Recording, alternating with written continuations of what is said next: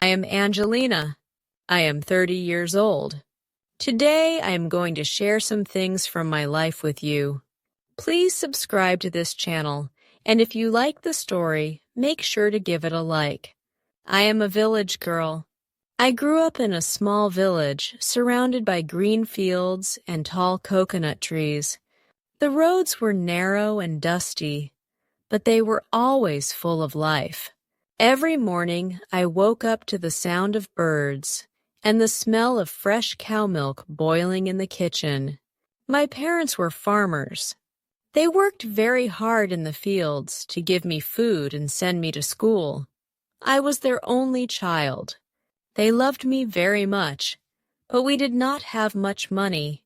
I used to help my mother fetch water from the well and feed the chickens. After school, I would sit under a mango tree with my books. I loved to read stories about cities and faraway places. In my heart, I dreamed of a bigger world. When I was 16, I finished school. There was no college nearby, so I stayed at home and helped my parents. Sometimes I stitched clothes for neighbors and earned a little money. Life in the village was simple, but also hard. People knew each other. Everyone talked to everyone. A small mistake became big gossip. One summer, a family from the city came to our village for a wedding. They stayed in the big house near the temple. Among them was a tall young man named Ryder. He had fair skin, a neat haircut, and wore nice shirts. His voice was soft but confident. I had never seen someone like him before. He looked like the heroes from the magazines I used to read. He saw me at the well one morning when I was filling water. He smiled and said hello. I was shy and looked down, but from that day, he began to greet me whenever he passed. He asked about the village, about my studies. He told me stories about the city, about tall buildings, bright lights, and busy roads. I listened with wide eyes. At first, I thought he was just being friendly, but slowly we began to talk more. Sometimes, after I finished my chores, he would wait near the temple to speak to me. He said he liked my simple ways, my smile, my soft voice. No boy had ever spoken to me like that before. My heart began to beat faster whenever I saw him. After a few weeks, he told me he loved me. I was scared. In our village, girls did not talk to boys openly, but he said he would marry me. He said he would take me to the city and give me a better life. I believed him. He looked into my eyes and promised to protect me forever. I told my parents. At first, they were shocked. They said city people were different, that I might not be happy there. But Ryder came to our house and spoke to them politely. He promised he would take care of me and let me visit my parents often. Slowly, they agreed. They thought maybe my life would be easier with him. So at the age of 18, I married Ryder in our village temple. It was a simple wedding with flowers, drums, and the smell of incense. My parents cried when they gave my hand to him. I cried too, because I was leaving my home, my fields, my mango tree. But I was also happy. I thought I was going to a new world full of love and dreams. After the wedding, Ryder took me to the city. I had never seen such high buildings before. The roads were full of cars, buses, and people in a hurry. Our house was small but neat, on the third floor of a building.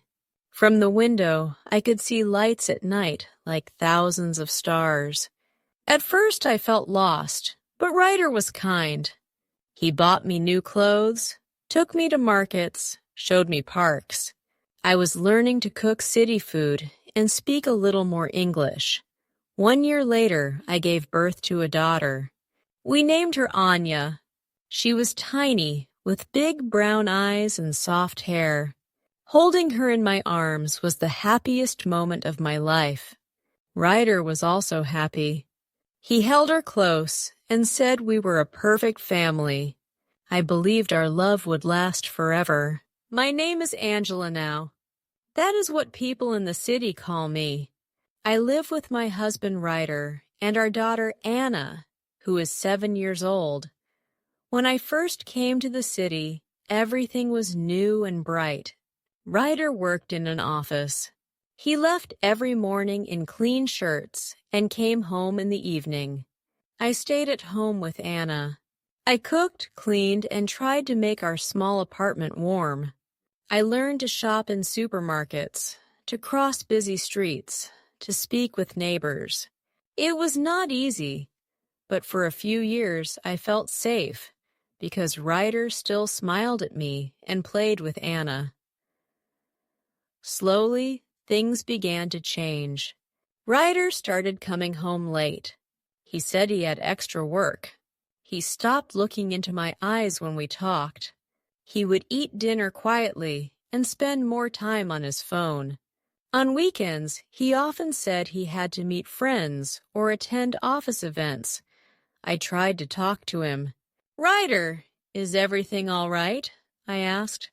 He would smile a small smile and say, "I'm just tired, Angela. Don't worry." But inside me, I felt a growing fear. I remembered his promise at our wedding. I remembered the way he had once held my hand. Now he hardly touched me.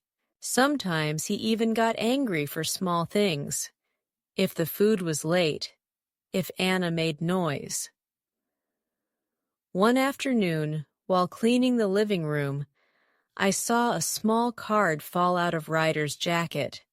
It was a restaurant receipt with 2 meals, wine, and a name written on the back. "Call me, Jessica." My hands shook. I sat on the floor holding the paper. That night, I asked him about it. He denied at first, but his eyes moved away from mine. Later, I saw messages on his phone from a woman named Jessica. She sent hearts and kisses. My heart broke. I could not sleep that night. Anna was sleeping beside me, her small hand on my arm. Tears rolled down my face. I thought about my village, my parents, my mango tree. I thought about the girl I used to be, full of dreams. For a few weeks I stayed silent. I cooked, cleaned, sent Anna to school, and waited for Ryder to come home. But inside I was crying. I lost weight. My hair began to fall. One day, Anna came home from school and said, "Mommy, why is Daddy always with that lady in the park? My friend's mom saw them." I held her and tried not to cry. That evening, I told Andrew we needed to talk. I said, "Ryder, I know about Jessica. I cannot live like this. If you want to stay with her, then be honest. I will not fight, but I need respect. Anna needs a safe home." He was silent for a long time.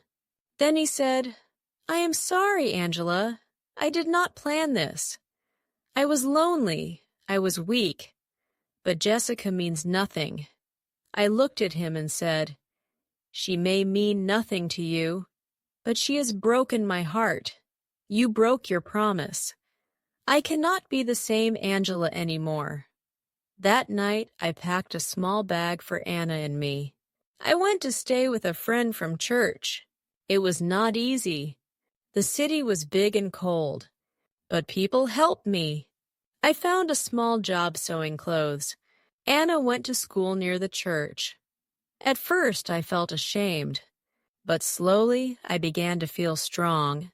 I remembered my parents' hard work. I remembered the girl who studied under the mango tree. I began to smile again. A few months later, Ryder came to see Anna. He said he wanted to change. He asked if we could come back. I said, "You can see Anna. She loves you. But I need time. I need to heal." Now I live in a small rented room with Anna. We cook together, we laugh, we study. I am learning new skills so I can earn more. Sometimes I still cry at night, but I also feel proud. I survived. I did not let my daughter grow up in a house full of lies. I tell myself every morning, I am Angela. I am strong. I may be a village girl, but I can build a new life in the city. And that is my story. It began with love, went through pain, and is still going on. But now it is my story, not just his. I do not know what the future holds, but I know I will face it with courage for Anna and for myself.